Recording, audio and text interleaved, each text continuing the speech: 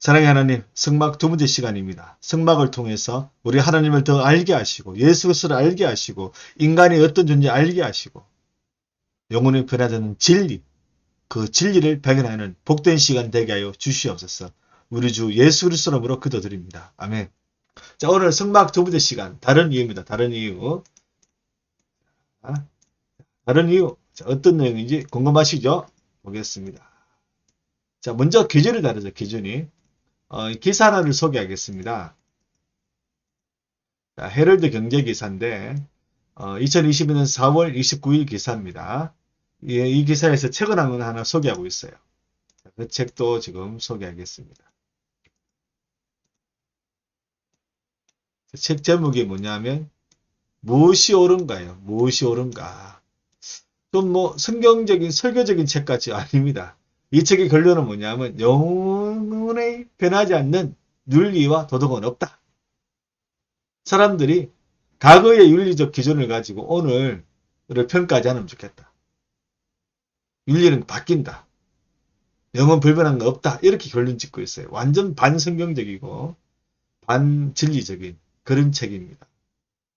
최근에 저도 이 책을 읽었는데 상당히 제가 화도 나고 우리가 더 분발해야 되겠구나 그런 생각을 했습니다.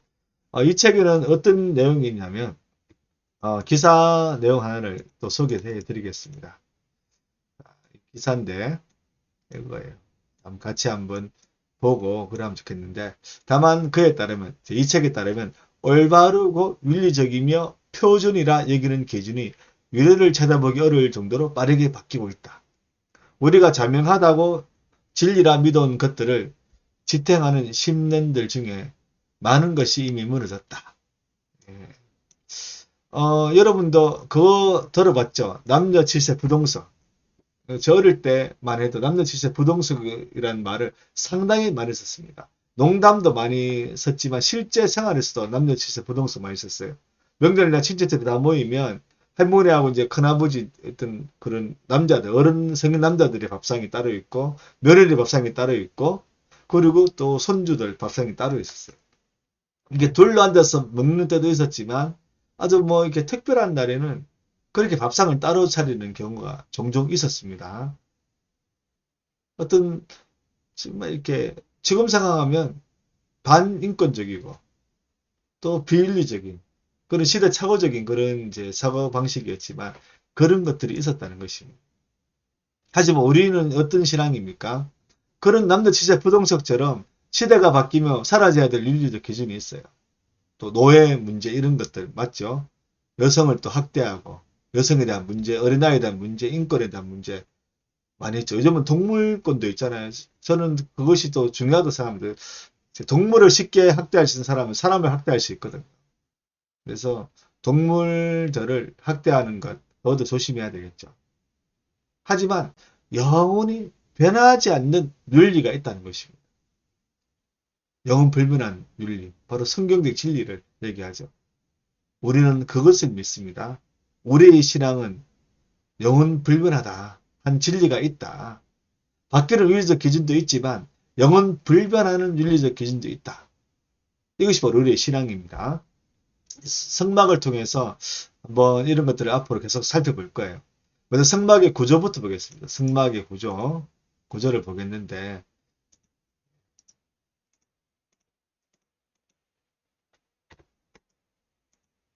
성막의 구조. 성막의 구조 한번 그림을 한번 머릿속에 한번 떠올려 보십시오. 성막에 무엇이 있었습니까? 성막문이 있고 짐승을 태우는 번제단이 있고 번제단 앞에는 손을 씻는 물두멍, 물대야, 물을 받아놓는 물대야, 물두멍이 있고 그리고 그걸 통과하면 성소가 있고 성소 안에는 세 가지가 있죠.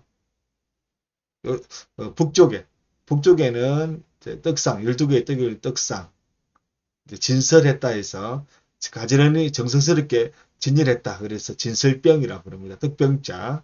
그리고 그 건너편에는 등잔대, 7개의 그런 등이 켜지는 등잔대가 있고 또 정면에는 서쪽입니다. 정면에는 그 분향단이 있어요. 향을 피우는 분향단이 있고, 분향단을 지나면 바로 커튼이 하나 있는데 그 커튼이 문입니다. 그 커튼으로 된 문을 통과하면 바로 지성소가 있죠. 그래서 성막의 모든 문들은 커튼이에요. 밀고 들어가면 돼요. 나무 문이 아닙니다.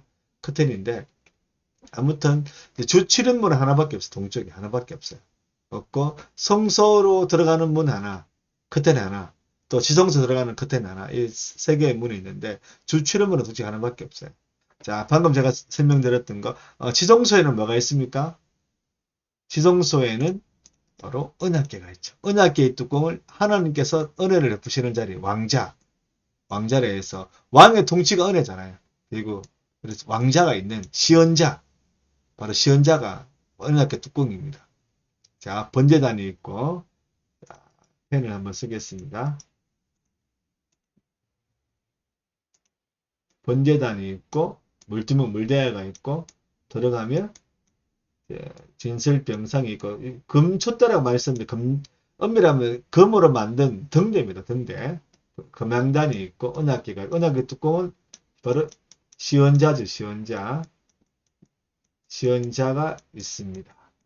자, 이 치수도 치수. 배꼽잇인데, 한 교빗은 성인 남자의 가장 긴 손끝에서부터 발꿈치까지가 바로 이제 한 교빗입니다. 그래서 45에서 50cm 정도 되는데 보통.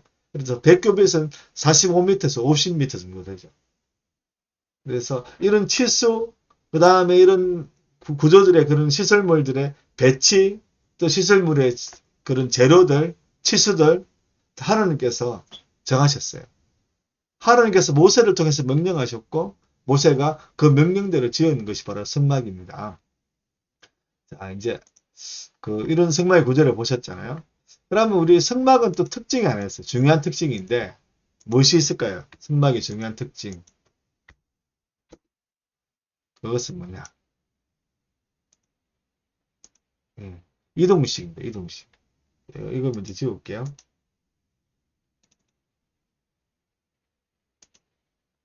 자, 지우기를 한번 지우고 가겠습니다. 성막의 중요한 특징은 바로 이동식이라는 거죠. 그래서 한 곳에 고정적으로 설치된 것이 아니라 이스라엘 백성들이 이동할 때마다 성막도 이동했고 정착하면 그것이 함께 정착했습니다. 자, 이스라엘 백성들이 한 곳에 정착하거나 이동하는 그 기준은 뭘까요? 구름기둥, 구름기둥. 구름기둥이 성막 위에 이제 머물잖아요. 그러면 그곳에 이제 정착을 해야 돼요. 텐트를 같이 치고 생활을 해야 됩니다. 또 성막이 구름 위에 떠오르잖아요. 아, 이제 우리가 이동해야 되는구나. 아마 성막이 떠오르고 난 뒤에 정리할 시간을 줬던 것 같아요. 바로 이제 움직이지 않고. 그러면 또 이제 텐트 다 걷고 또 성막도 이제 정리를 해야 되니까 이동식으로 또 포장을 해야 되니까. 그래서 이사 준비하고, 그래 이사 준비가 끝났다 싶으면 구름 기둥이 움직이고 따라 이동했고 그렇습니다. 이것이 바로 출애굽기 40장 36절 38절에 이제 기록되어 있어요. 이 구절 한번 보겠습니다.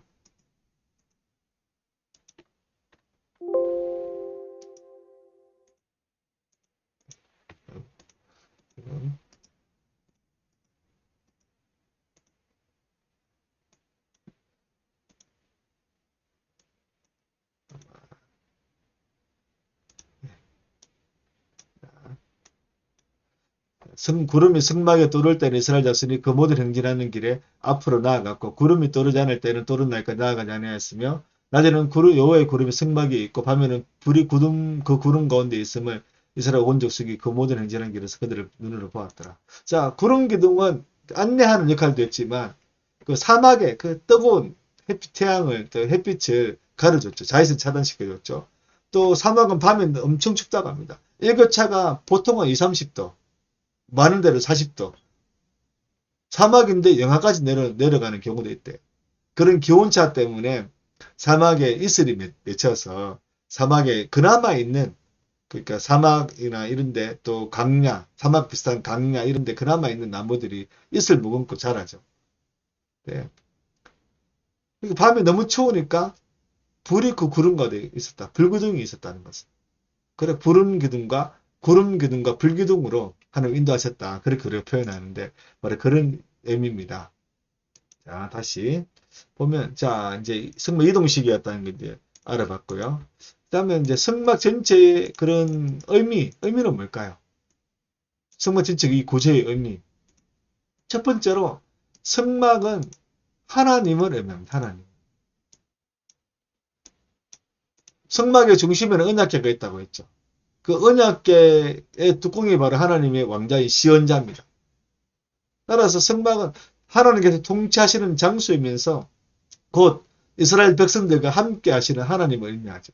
그래서 임마누엘의 뜻이 뭐냐면 엘이 하나님이거든요. 임마누가 바로 함께 한다는 뜻이죠. 하나님이 함께 하신다. 하나님이 인간과 함께 하신다는 것을 임마누엘이라고 해요. 임마누엘은 누구의 별명입니까? 예수 그리스도의 별명이죠. 임마누엘 하나님, 임마누엘 성자 하나님, 바로 성자 하나님이신 예수 그리스도. 바로 예수를 의미하는 거죠.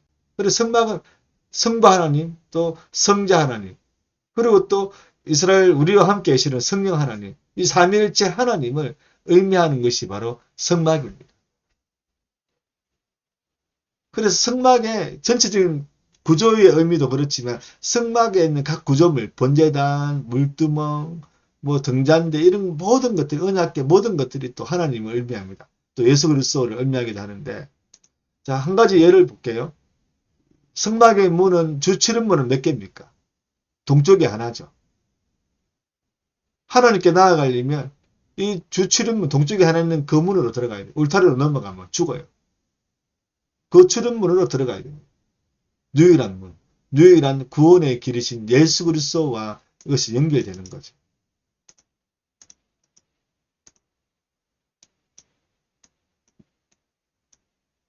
요한복음 14장 6절 예수께서 이르시되 내가 곧 길이요 진리요 생명이니 나로 말미암 자고는 아버지께로 올 자가 없느니라. 아멘. 하나님께 나아가는 거 예수 그리스도밖에 없다는 거. 자, 그 다음에 또 성막의 두 번째 의미는 뭐냐? 성막은 또 하나님 형상을 닮은 또 사람을 의미하기도 합니다. 사람이에요, 사람. 그래서 하나님의 통치를 드러내죠. 우리는 성막이 그 구름 기둥이 이제 앞으로 인도하면 제일 앞에 누가 가느냐? 제사장들이 언약궤를 메고 따라갑니다. 그래서 이스라엘 백성들은 언약궤가 가는 길로 가야 돼요. 언약궤는 하나님의 통치죠. 언약궤 뚜껑이 하나님의 그런 왕자니까 하나님의 통치를 얘기해요. 그래서 그리스도의 삶은 하나님의 통치를 드러내는 삶입니다. 성막 이동시기를 했잖아요. 그리스도인들이 이 땅에서 이동하면서 하나님의 통치를 드러내야 돼요. 그래서 고린도후서 2장 15절 말씀이 우리에게 참 중요한 말씀입니다.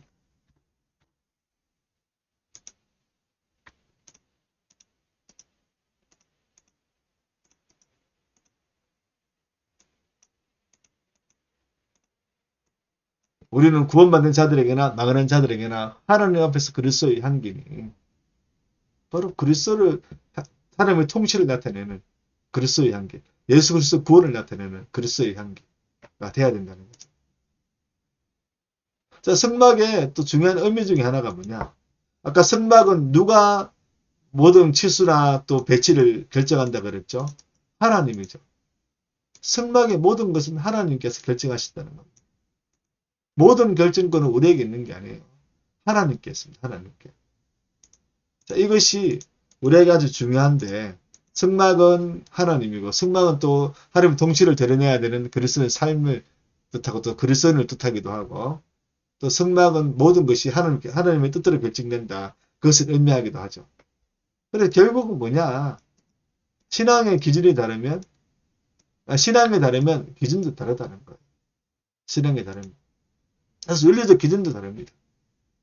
우리는 무엇이든지 하나님의 뜻은 무엇일까를 고민하죠. 하지만 불신자들은 경제적으로, 관계적으로 도움이 되는 것은 무엇인가를. 둘 다 어떤 합법적인 법의 테두리 안에서 하나님의 뜻은 무엇일까?